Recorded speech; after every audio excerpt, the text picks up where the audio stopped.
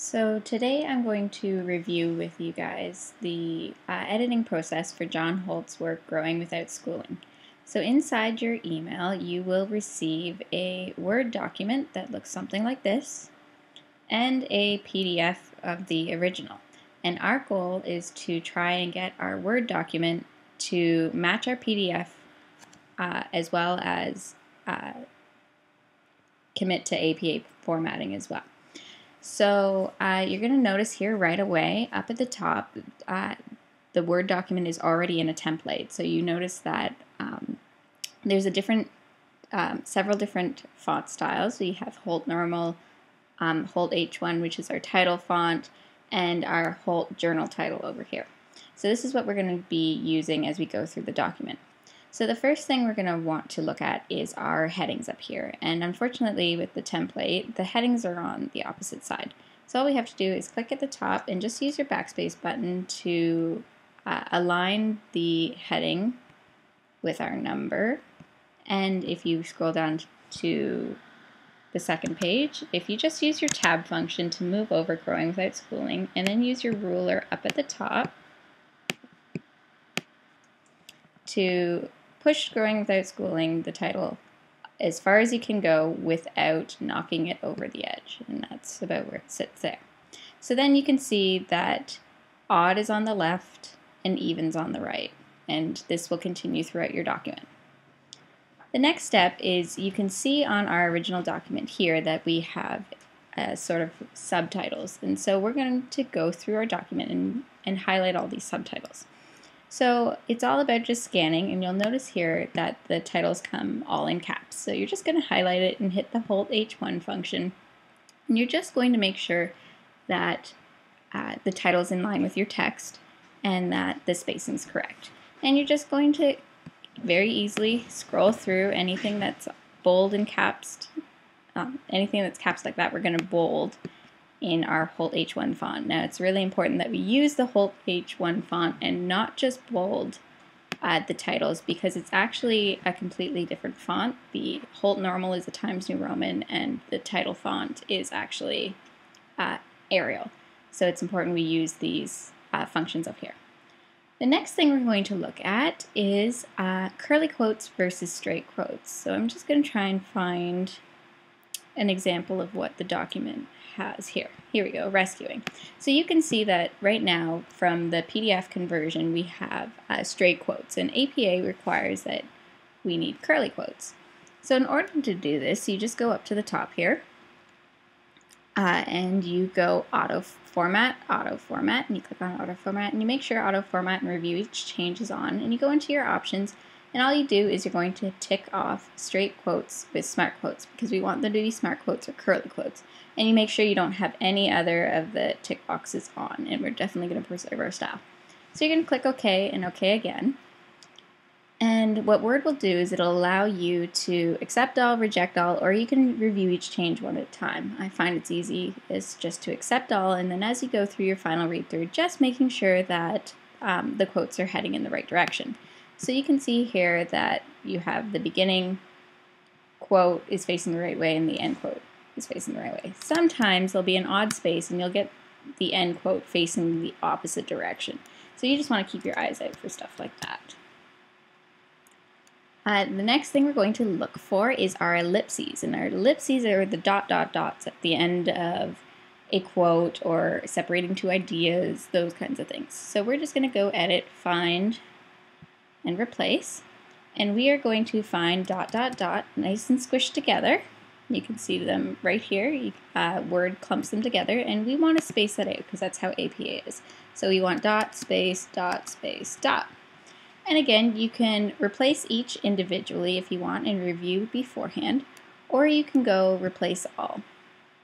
And I find it's easiest to replace all, and then as you go through the document, just making sure that the space is worked out properly, because sometimes there'll be an extra odd space, or like you can see here, the 3 separated, but then there was a 4th that needs to be moved over. And so sometimes you'll notice with ellipses there's 4 in a row, and that's okay because that's the end of a sentence plus the ellipses to insinuate a continuing idea there. So that's okay. Just sometimes you have to make sure to catch those in order to add that extra space. The next thing we're also going to look at is words like, for example, homeschooling. So when everything was transferred over, homeschooling for some reason was 2 words, and we want that to be 1 word. So it's the exact same idea. We just go edit, find, replace, and you have homeschooling as 2 words, and we're just going to combine homeschooling into 1 word. And again, you can replace all of these individually, or you can replace all, and that's the easiest thing.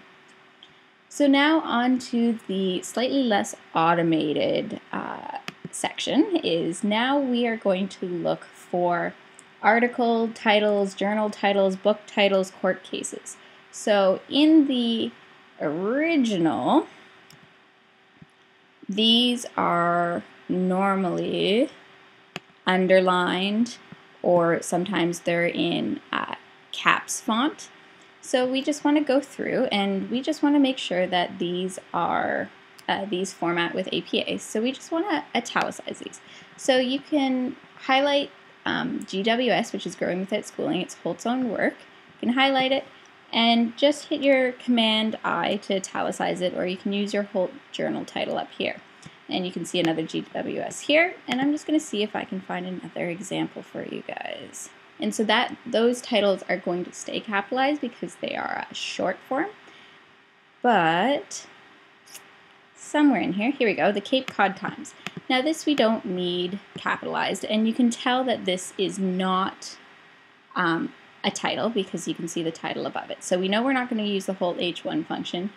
We need to bring this down to title font. So instead of retyping it, what saves a lot of time is just using this function up here, the big A down to the little a.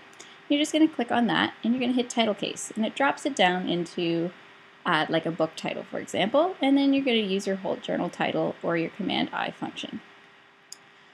So we've had GWS, Cape Cod Times, and lastly, court cases are to be italicized as well. So the best way to find your court cases is to go put into your finder space v dot space, and that'll help find our court cases. And here you can see People versus Jones, and that can stay just as it is, and we're just going to italicize it. And then if there was another one that looks like that's our only one, you would be able to italicize the next one, and that's the best way to find your court cases. Now for our M dash versus an N dash.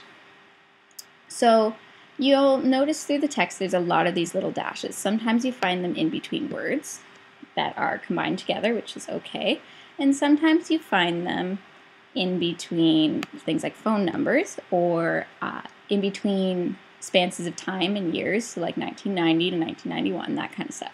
Those small dashes are okay. What we're looking to find are the dashes that separate a thought. And here you can see an example. Please help us in this way. And remember, if you don't want to receive GWS. So it's these dashes that we're trying to change. So we want to turn this into a long dash, an M dash. And so a lot of people sometimes make the mistake that this is an M dash. This is unfortunately not an M dash. We're not quite there. So we're just going to undo that. In order to make an M dash, you can go Insert, Symbol, Advanced Symbol,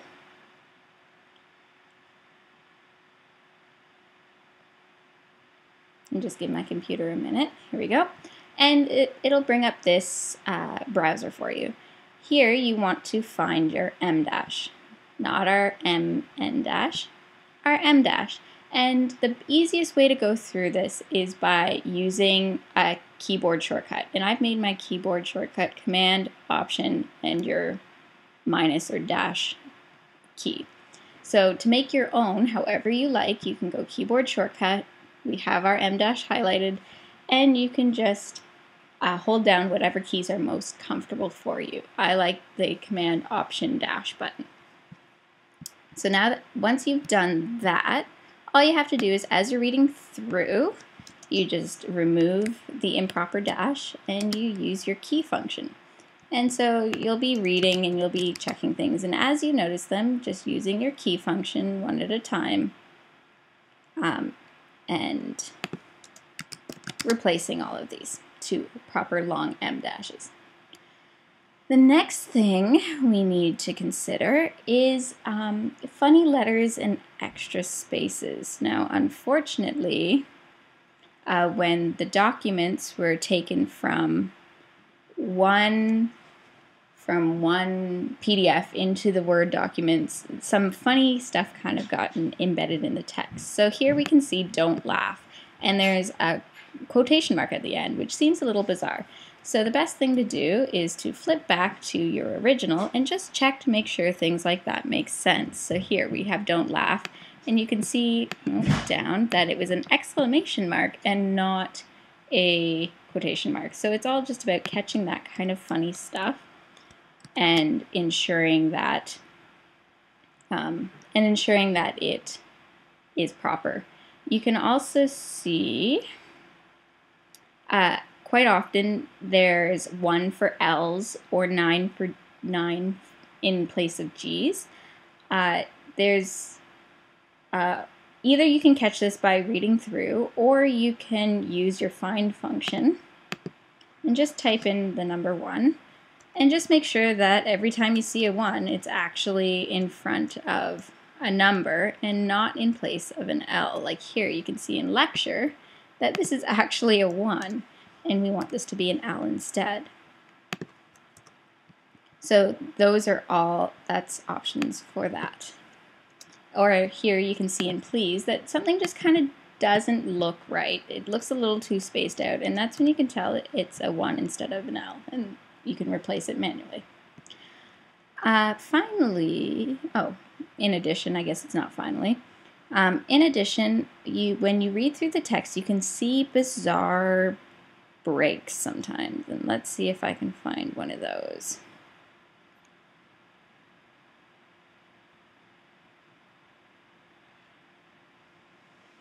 We have a title here.